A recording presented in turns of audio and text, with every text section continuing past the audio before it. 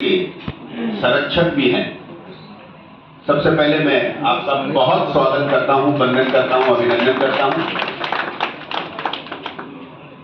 मेरे साथी डॉक्टर मनोज पटवर्धन जी, श्याम अग्रवाल जी, यहां उपस्थित जीएमए परिवार के एक एक वे सदस्य जिसके योगदान से जीएमए अपनी यात्रा को आगे बढ़ा रहा है। सबसे पहले मैं आपको इसके 31वें स्थापना दिवस की शुभकामनाएं देता हूं और ये नया वर्ष 2025 भी प्रारंभ हुआ है, तो नव वर्ष की भी बहुत शुभकामनाएं देते हुए कामना करता हूं कि आपके जीवन में ये वर्ष नवीन खुशियां लेके आए, नए आयाम स्थापित करें और सभी मनोकामनाएं पूर्ण हों। जीएमए आईमा का एलए में है, local all India management association का हर डिस्ट्रिक्ट में एक एलए में होता है और जिस डिस्ट्रिक्ट में वो एलए में होता है उस डिस्ट्रिक्ट के नाम से होता है। तो ये ग्वालियर में है, तो इसलिए ये ग्वालियर मैनेजमेंट एसोसिएशन है। ग्वालियर मैनेजमेंट एसोसिएशन के माध्यम से हमारी गतिविधियों को डॉक्टर मनोज पटवर्धन जी ने बहुत अच्छे से प्रकाश से डाला है, तो उस पर मुझे दोबारा से कहने की आवश्यकता मैं नहीं समझता हूं। मैं बताना चाहता हूं कि ग्वालियर मैनेजमेंट एसोसिएशन का 2025-26 जो नेक्स्ट ईयर है उसके अंदर ड्रीम क्या है। हम लोगों ने 5 संकल्प लिए और उस पहले संकल्प में चूंकि ये मैनेजमेंट से संबंधित है, इसलिए मैनेजमेंट स्किल के रूप में हम डिलीवर कर पाए। और मैं यूं कहूं कि जीएमए के पास मैनेजमेंट के बारे में ट्रेनिंग देने के लिए अपार संपदा है हमारे पास। तो हर व्यक्ति मैनेजमेंट के लिए जो हमसे जुड़ा है और जो नहीं भी जुड़ा है, भविष्य में जुड़ना चाहता है, उसको मैनेजमेंट स्किल हम दे पाए, ये जीएमए का पहला लक्ष्य। दूसरा लक्ष्य पर्यावरण। बहुत तेजी से आवश्यकता है इस शहर को, इस प्रदेश को और इस देश को कि हम सब लोग पर्यावरण के बारे में सोचें, न केवल सोचें अपितु अपना योगदान भी दें। तो अगले आने वाले समय में जीएमए पर्यावरण के लिए अपना क्या योगदान दे सकता है, आप सबसे सलाह करने के बाद, आप सबसे राय शुमारी करने के बाद जीएमए उस पर बहुत तेजी से काम करेगा। एक बहुत बड़ा हमारा विजन है, क्योंकि हमारा मानना है कि ग्वालियर टूरिज्म के क्षेत्र में अपार संपदा वाला क्षेत्र है। टूरिज्म की बहुत संभावनाएं हैं।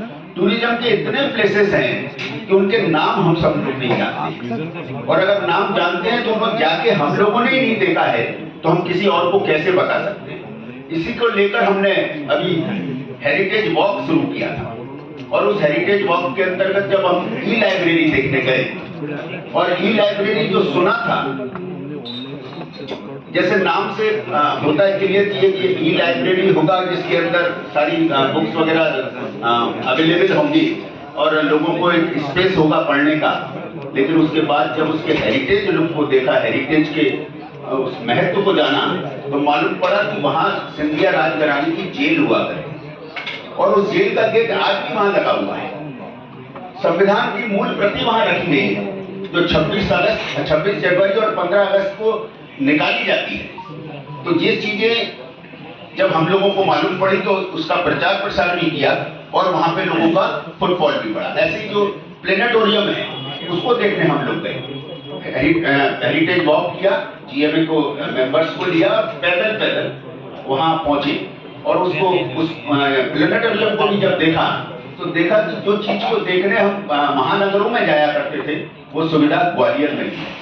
इसी तरह से जितने प्लेसेस टूरिज्म के हैं, हम जब बात करते हैं तो मेतावली, पड़ावली, जयविलास पैलेस, ग्वालियर का किला, म्यूजियम, इन सब की बात करते हैं। लेकिन अगर मैं यहाँ बैठे हुए लोगों से पूछना चाहूंगा कि मेतावली और पड़ावली कितने लोग ने देखा है, तो मुझे लगता है कि 10% लोग भी हाथ नहीं खड़ा कर पाएंगे जिन्होंने मेतावली और पड़ावली देखा है।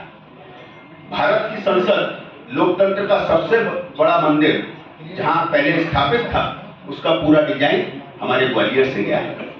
वो चीज हम लोगों ने देखी नहीं है, सुनी है, तो हम सब लोग देखें और जब हम देखेंगे तो अपने लोगों को बताएंगे, दूर दराज के लोगों को बताएंगे। और टूरिज्म में मुझे लगता है कि अगर एक निरंतर कार्य किया गया तो टूरिज्म न केवल ग्वालियर को आर्थिक रूप से संपन्न करेगा बल्कि हमारे मान और सम्मान को भी बढ़ाएगा।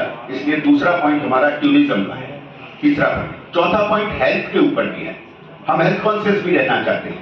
हम चाहते हैं कि हमारे जो सदस्य हैं उनके लिए हेल्थ के जो टिप्स हो सकते हैं वो जीएमए के माध्यम से जो मासिक कार्यक्रम हम लोग करते हैं उसमें कभी कभी इस तरह के प्रोग्राम भी करें। एक इशू वो है। उसके बाद हम काम करना चाहते हैं एमएसएमई। एमएसएमई की भी बहुत अपार संभावना है। सरकारें भी बहुत तत्पर है इस बात के लिए, चाहे राज्य सरकार हो चाहे केंद्र सरकार हो, कि एमएसएमई के लिए वो पलक पावड़े बिछा बैठे हुए हैं।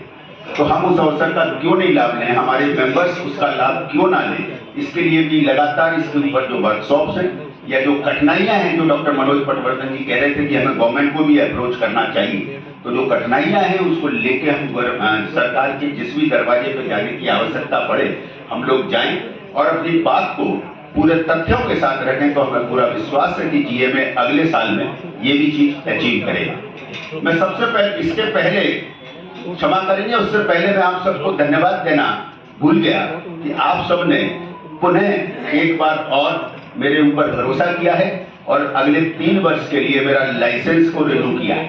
इसके लिए मैं आपका बहुत आभारी हूं, क्योंकि मेरा ऐसा मानना है कि ग्वालियर मैनेजमेंट एसोसिएशन जो मैनेजमेंट का जो रोल है जीवन में वो बहुत बड़ा रोल है। एक कहानी के माध्यम से मैं इस बात को बताना चाहूंगा। एक बहुत महान फिलोसोफर हुआ करते थे सुकरात। उनसे एक व्यक्ति ने पूछा कि सफलता का रहस्य क्या है। तो उन्होंने कहा कि कल सवेरे नदी के पास आना, मैं तुम्हें वहां सफलता का रहस्य बताऊंगा। वो युवक नदी के पास सफलता का रहस्य जानने के लिए पूछा तो सुकरात ने कहा कि तुम इस नदी की गहराई को नाप के आओ। वो युवक कूद गया। कूद के जब आगे बढ़ता गया और वो डूबने लगा तो लगा कि ये डूब जाएगा, लेकिन सुकरात थोड़े से स्ट्रांग थे। उन्होंने उसको थोड़ा और आगे जाने दिया और जब ज्यादा आगे चले गया तो उसको बाहर निकाला। और बाहर निकाला तो उसने सबसे पहले मुंह ऊपर करके सांस ली।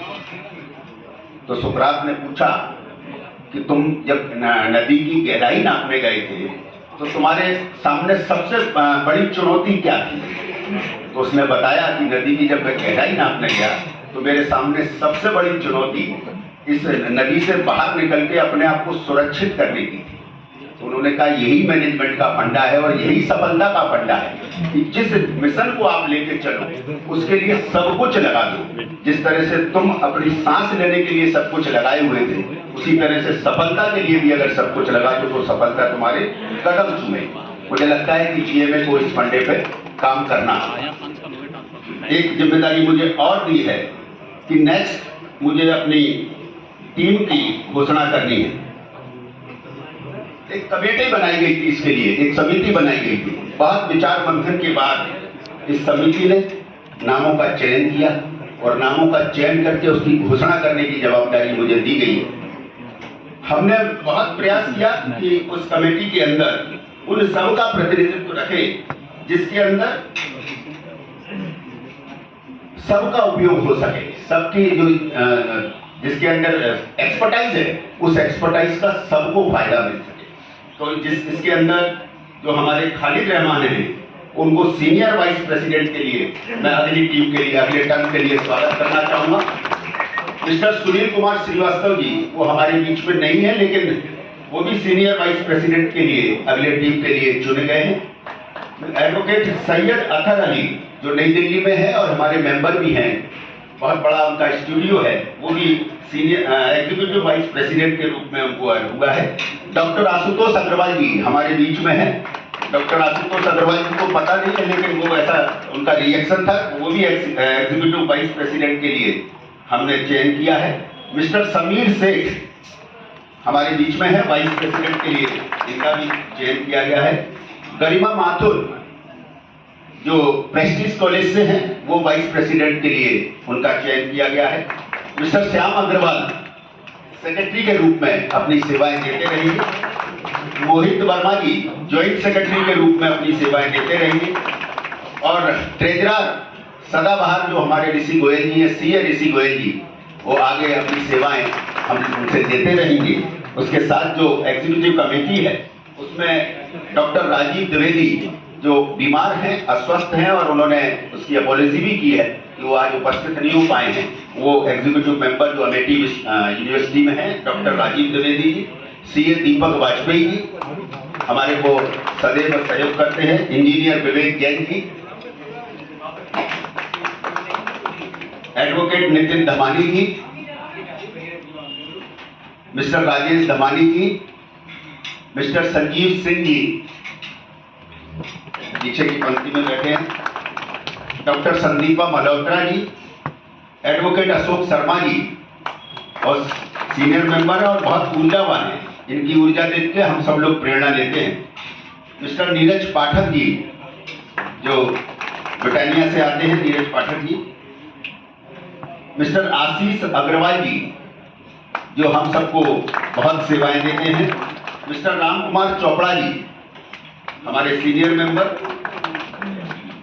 और मिस्टर संदीप गाबरा जी जिनकी सेवाएं हमें लगातार मिलती हैं और न केवल सेवाएं मिलती हैं बल्कि वो इस बात के लिए भी प्रेरित करते हैं कि हम कुछ ना कुछ अलग करते रहें और जीएमए के कार्यक्रम होते रहें। तो ऐसी पूरी टीम का भी मैं स्वागत करना चाहूंगा और आशा करूंगा कि निश्चित रूप से आपके जो अनुभव है वो हम हमारी जीएमए को नेक्स्ट उसमें मिलेंगे, नेक्स्ट टर्म में मिलेंगे और जीएमए जब अपना अगला स्थापना दिवस करेगा तो और इससे अच्छा भव्य हो सके ये भी प्रयास करेंगे। मैं उनको भी धन्यवाद दूंगा जिन्होंने इसको स्पॉन्सर किया है, वो सभी स्पॉन्सर्स को मैं तहे दिल से धन्यवाद देना चाहता हूं, उनका स्वागत करना चाहता हूं कि उन्होंने इस कार्यक्रम को करने के लिए अपना योगदान दिया और स्पॉन्सरशिप दी।